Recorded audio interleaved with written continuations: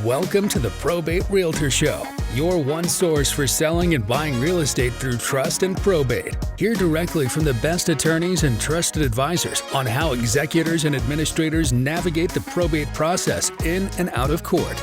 Being a personal representative or successor trustee can be a daunting task, and often beneficiaries don't have a clear plan. Let us help you make the right decision for your clients, your family, and your legacy.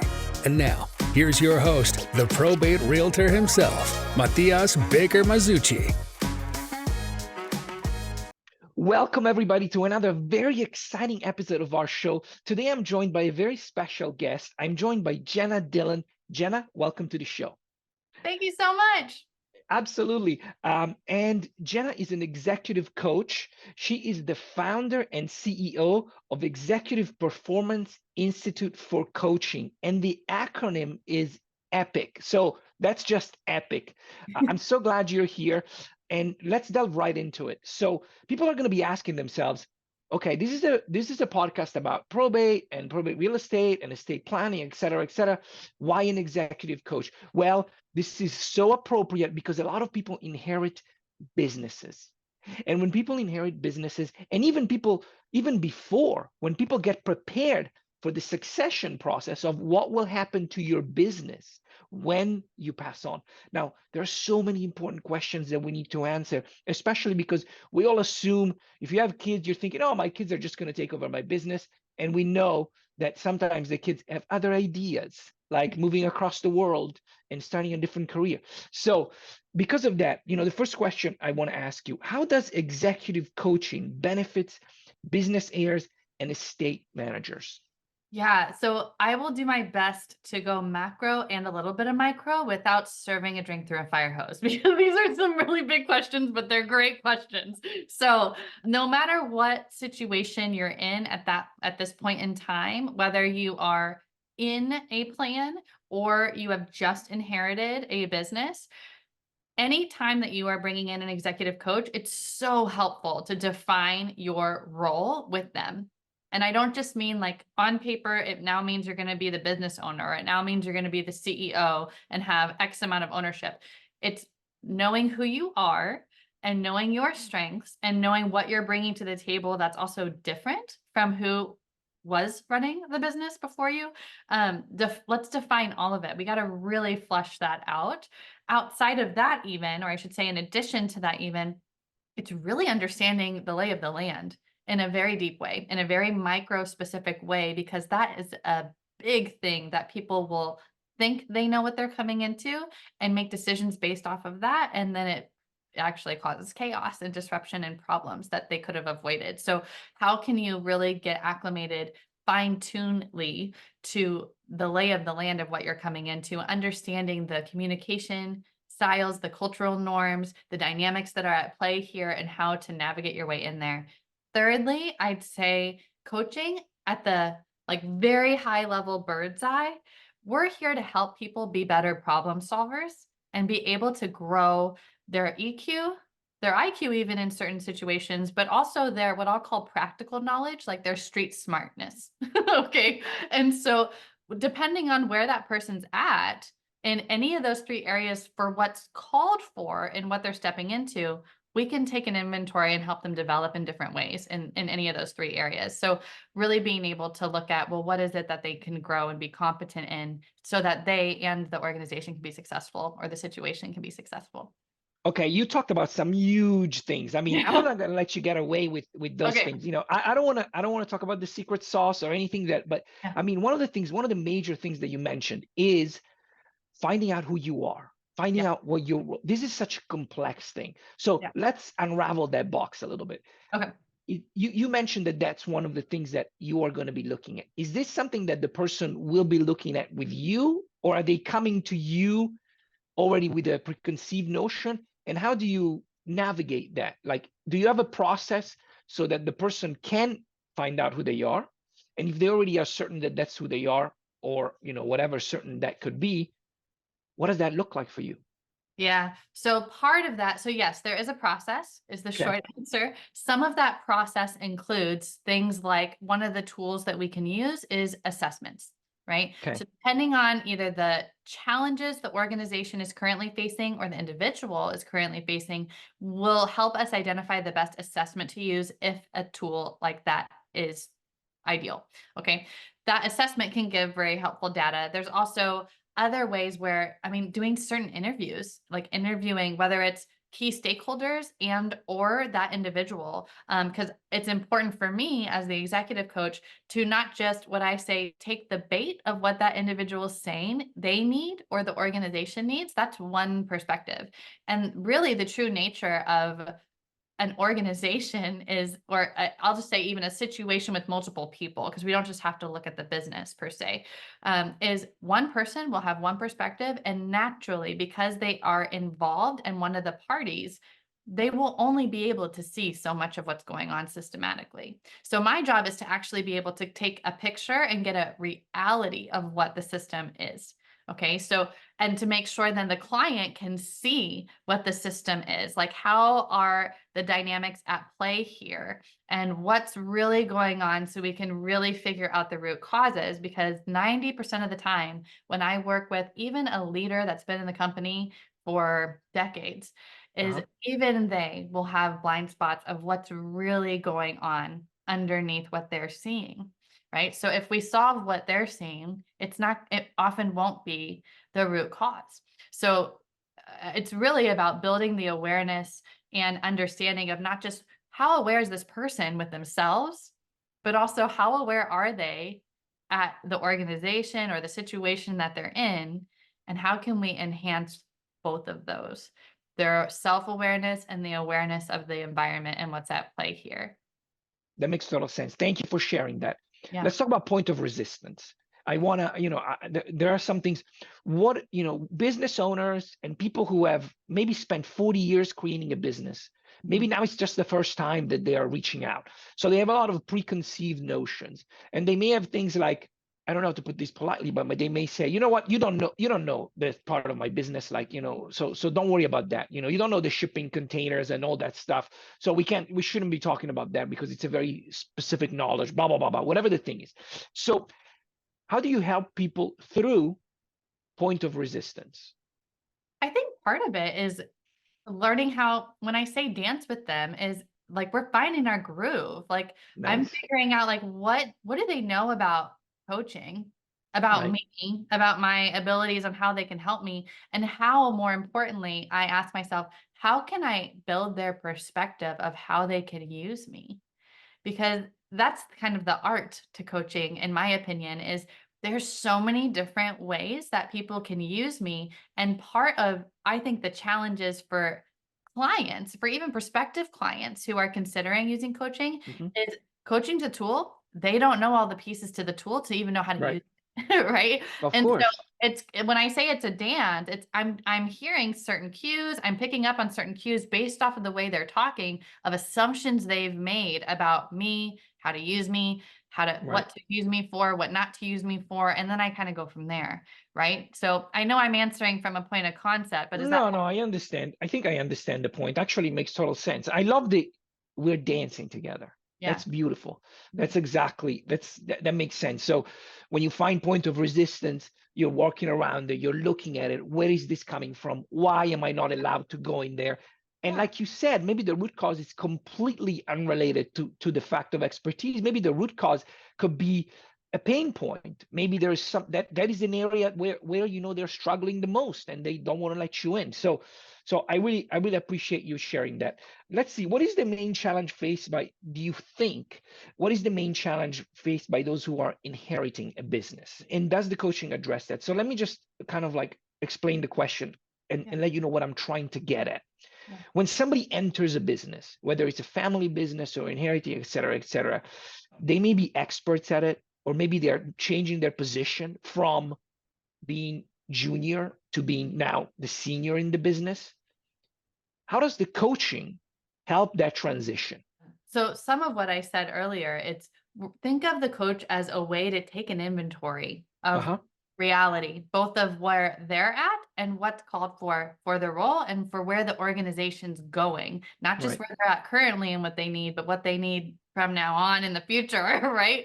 And so we're taking an inventory and seeing where that person is and how to develop, like what are the areas that they could use to develop and how do we make sure that that can happen?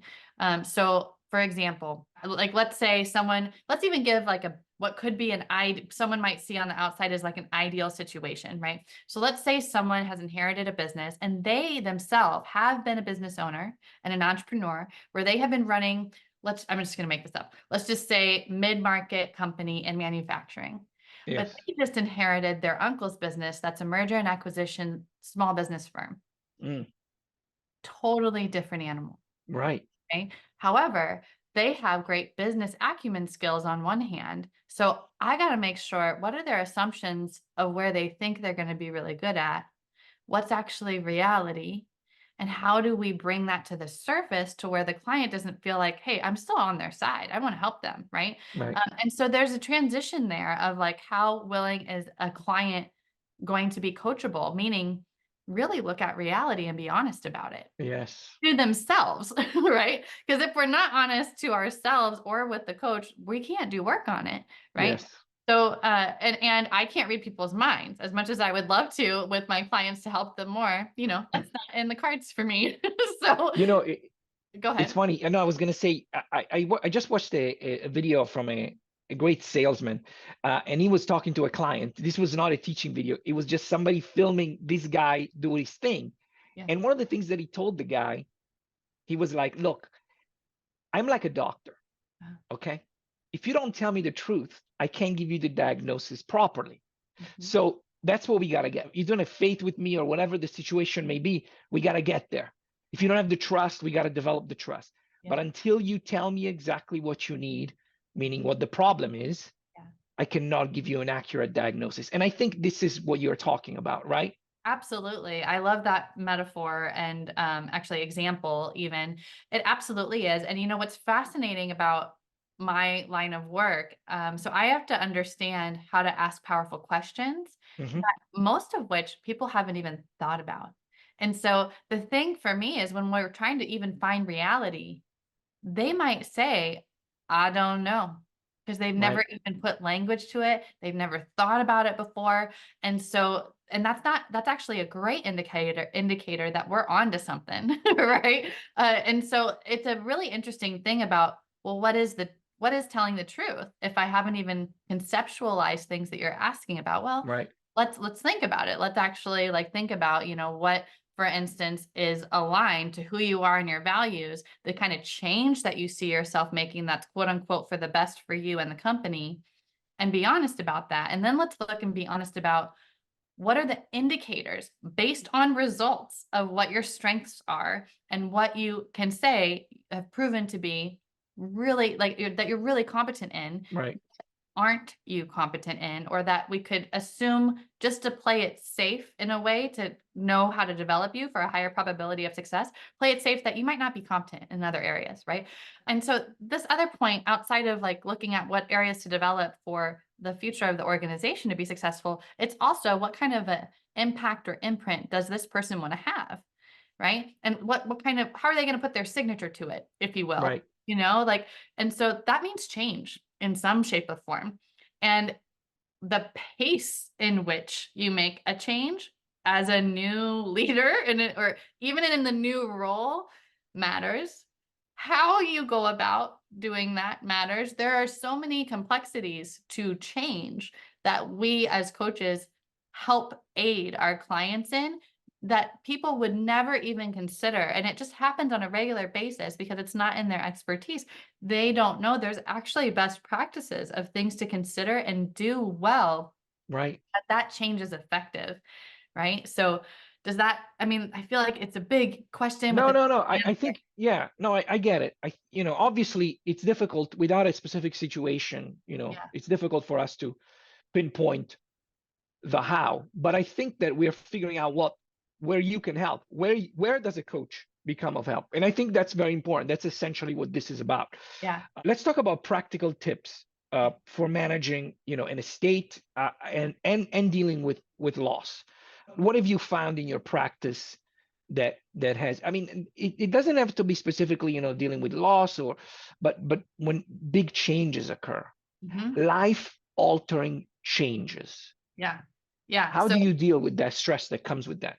yeah. Okay. So great. Whether it's stress is the key thing. So whether it's loss, some sort of change, adversity, even things that we don't expect come up and that we're like, oh boy, right? So anytime our brain hits a moment of big stress, whether it's through grief and loss, whether it's through like anxiety, there's a point cognitively. I'm going to try not to nerd out and give too many technical okay. But cognitively, where if our brain gets into a state of overwhelm, it instantly impairs significantly our ability to make decisions.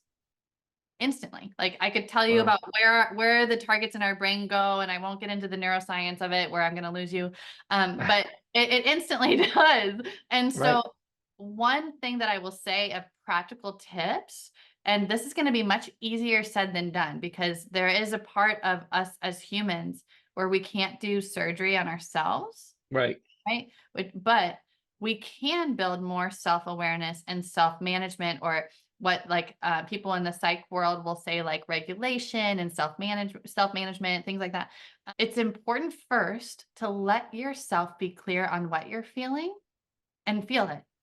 Like Mm. take time to actually, if you are stressed, if you are anxious, if you are sad, if you are angry, it's important to let yourself feel it and get it out and validate it. Like most people in the world aren't actually crazy for the feelings that they have. Right. And if you are denying and deflecting, letting yourself feel it, because inside you're going to tell yourself you're a bad person to feel that, that's not going to actually help you. Right. So that's step one. Right. Step two then is, okay, if you're about to manage an estate or there's a lot of change coming your way that calls for you to do more in some capacity, then understand, okay, you are under a state of overwhelm. So where in your regular, before this happened, day to day or week to week, can you ask for people to help and delegate? Because for you to truly do your now new role or new responsibilities that come with this territory and do it effectively, you need to give yourself that space to do it. Like, and Right. I don't use the word need lightly. Okay. So to treat yourself and all key stakeholders fairly and well, you need that. Okay. So know who you can and what you can ask for help for the things that they're going to pick up the slack in other areas, because here you have other slack, new slack Right. to pick up. Okay. The third, I'd say identify your tendencies. Like just take a minute. This is like the part of coaching that it's like an art, right? We got to know when to slow down so it can Mm. speed us up to go faster than we've ever gone. Part of the slowing down and having patience with ourselves is this right here. Identify what your tendencies are on what gets under your skin and sets you off. Okay? Like Right. think about it and just marinate and identify what tendencies are when someone does this, or when someone doesn't do this, or when you start noticing this is happening. And okay, just get clear on what are those tendencies, what are those patterns, to be aware of them. And with that, I'm going to share a fun little word that I think is just a fun thing for someone to know what it is, because it applies to what I'm talking about here. There's something called phenomenology. Have you heard of it? I have not.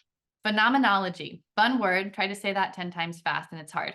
But what phenomenology is the study of perception.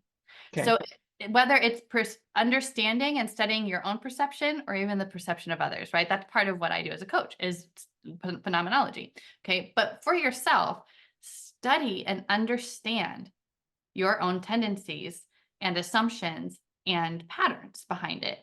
So then you can notice where you get irritated or where that pattern starts, and you can step outside of it and look at it. You're not just in the thought or emotion, you're able to observe yourself doing it, if that makes sense. Uh, Yes. okay, so that will help you self-regulate, have more self-control, and be able to step outside of it to go, what's really important here? Why is this going on for me? And what's really important? What is this indicating to me? Right. So it can help you not just be able to regulate yourself, but then set yourself in a place where it can settle you. And that's the next step after that is know how to settle and ground yourself Mhm. so that you can be in a clear state to make sound decisions. That makes total sense. Thank you. Jenna, I could talk with you for hours, but I'm not going to do that. I'm not going to subject you to that. So let's move on to the next section. Yeah. Yeah. I would love to talk about your journey. I want to know what brought you into coaching, and particularly what interests me is how did you even discover that it existed? Because there's Mm. a lot of people out there that have no idea that such a thing exists. Yeah, I didn't know executive coaching existed until I hired one, not really knowing what they did and how they could help me, but someone told me that I could consider it to help Right. me. So, to paint a little bit of a picture, my first career was as a professional dancer. And most of the time when Nice. people hear that, they're like, wait, you were a professional dancer and now you're a coach? That's so different. How the heck was that? How did that happen? And for context, I had studied dance and business management in college. So I'm very right and Mhm. left brain oriented. But even Got it. behind the scenes during these 7 years that I was in Chicago during school and having my dance career, and even after school, still having my dance career, I was studying informally like all of these fun things about the human brain and human behavior, psychology, sociology. And it would just hit me that I could make dances about what I was learning, like Oh, choreography, wow. right? And so what I didn't realize until after my dance career, every single piece of choreography I created was through those articles and like research that I was studying, right? Oh, wow. Little did I know that would be helpful for me as a coach. But fast forward, I move out to Los Angeles. I'm figuring out what is it that I really want to do. I know I want to be my own boss. I know it's in business management, but that's about it. So I'm in a mastermind group. I tell somebody the situation I'm in and what I'm trying to figure out. And they said, oh, you should hire a business coach. And I'm like, what's that? And I've never heard of this before. And I cannot make this up, Matias. Days later, I go to an event and someone gets up on that stage and introduces themselves as a business coach. And my jaw Oh, hits wow. the floor. Okay. So I'm a fairly open-minded person. Like if someone gives me a suggestion, I will go and pursue that to see if it's actually going to help me. So I reached out to this person. I said, you don't know me. I don't really know what you do, but someone suggested that I hire somebody like you. So can I pick your brain, buy you coffee, and maybe you know someone that could help me? you know. And Yeah. so I did that. And that coach introduced me to their colleague. And that colleague became my first coach. Right. So I was a consumer of the service before. Mm. Like that's how I learned about coaching. Right. And I would say 2, 3 sessions, like very early on that I was with my first coach. It was on Zoom. And I remember watching and like kind of observing our meeting while I was in the meeting with her, Right. and thinking, okay, this is too good to be true. Like this is so similar to what I was thinking about doing, but it's better. I didn't even know this existed. And I asked my coach then, like, how can I get involved in this? Like, what do I need to learn? What books do I need to read? What courses do I need to take or certification programs? And that's really how it started. So I got trained in an apprenticeship program with the firm. So I was really fortunate to be able to learn both in the field and have that formal training at the same time. But really, like executive coaching, I've learned the skills that I got from my first career. It's not just a science. In fact, if you just use coaching as a science, you're leaving a lot of value on the table. It's Mm. how you learn how to use it as an art form and get creative with it where you're going to find the most value, right? So, and that's kind of how I've inverted. I went from making some art out of science to now science, let's put art in it. right? So, Yeah. yeah, that's a little bit about my journey and like how I got into coaching and how I kind of used it for the background I had. That's great. I never knew that. Thank you for sharing that story. Yeah. Um, I like to end these conversations with a little fun. So if you know me, you know this very well. I have a smaller number of questions compared to what you're used to from a networking group. There's only 30. I would love for you to pick a number between 1 and 30. 7. 7. What sound or noise do you love? Ooh, okay. I love thunderstorms. Really? Like Why? like the pouring rain and even the crackling of thunder, like, and lightning, uh, it's soothing to me, like, for some reason, like, it's so I grew up in the Midwest, and so I was Right. used to thunderstorms, unlike here in California where we don't have as many, and it's a wonderful white noise that I sleep right through, like Do the you have a white do you have a noise machine that makes thunderstorms? I don't, but I should actually consider getting it, but it's just something that is, like, so soothing to me. It's like, oh, we get to stay in and, like, get comfy socks and, like, hear the rain in the background that's gentle, and then, ooh, there's a little bit of a crackle there. That's kind of fun. Like, like, it's just a familiar noise. That's awesome. And the memories there are connected with it. I love it. Before I let you go, very important. Well, first of all, I actually want to say that I have experienced working with Jenna, and it's an incredible thing. So, if anybody's interested, what is the best way to reach you? So I am easily found on LinkedIn. So you can find me through my name, Jenna Dillon. Okay, I also have my email is the best way as well. Like it's simple because it's just my name, Jenna at jennadillon.com. So my last name is nice. spelled Dillon. That's I would say those are the best ways. Okay, perfect. All of the For those who are listening to this, we'll have everything in the show notes, so it's going to be easy. Jenna, thank you so much for joining us during this episode. It's been a true pleasure talking to you. Thank you so much. This was so fun, Matias. I like feel like I could talk to you for hours about this, but thank you I so know. Maybe we'll have you back. We'll do part two. Okay, that'd be fun. Thank you, everybody who would join us for this episode. We really appreciate your time, and we will see you in the next episode. Bye. Bye. Thank you for listening to the Probate Realtor Show. Find more episodes and interact with us at probaterealtor.la. That's probaterealtor.la. Listen, ask questions, and get results. Don't forget to like and subscribe. The Probate Realtor Matias Baker Masucci is a licensed real estate broker in California, DRE number 020544763. Any legal information provided is for informational purposes only and not for the purpose of providing legal advice. Contact an attorney to obtain advice with respect to any particular legal issue or problem. We make no guarantees as to the accuracy of any information. Thank you again for listening, and we'll see you in the next episode.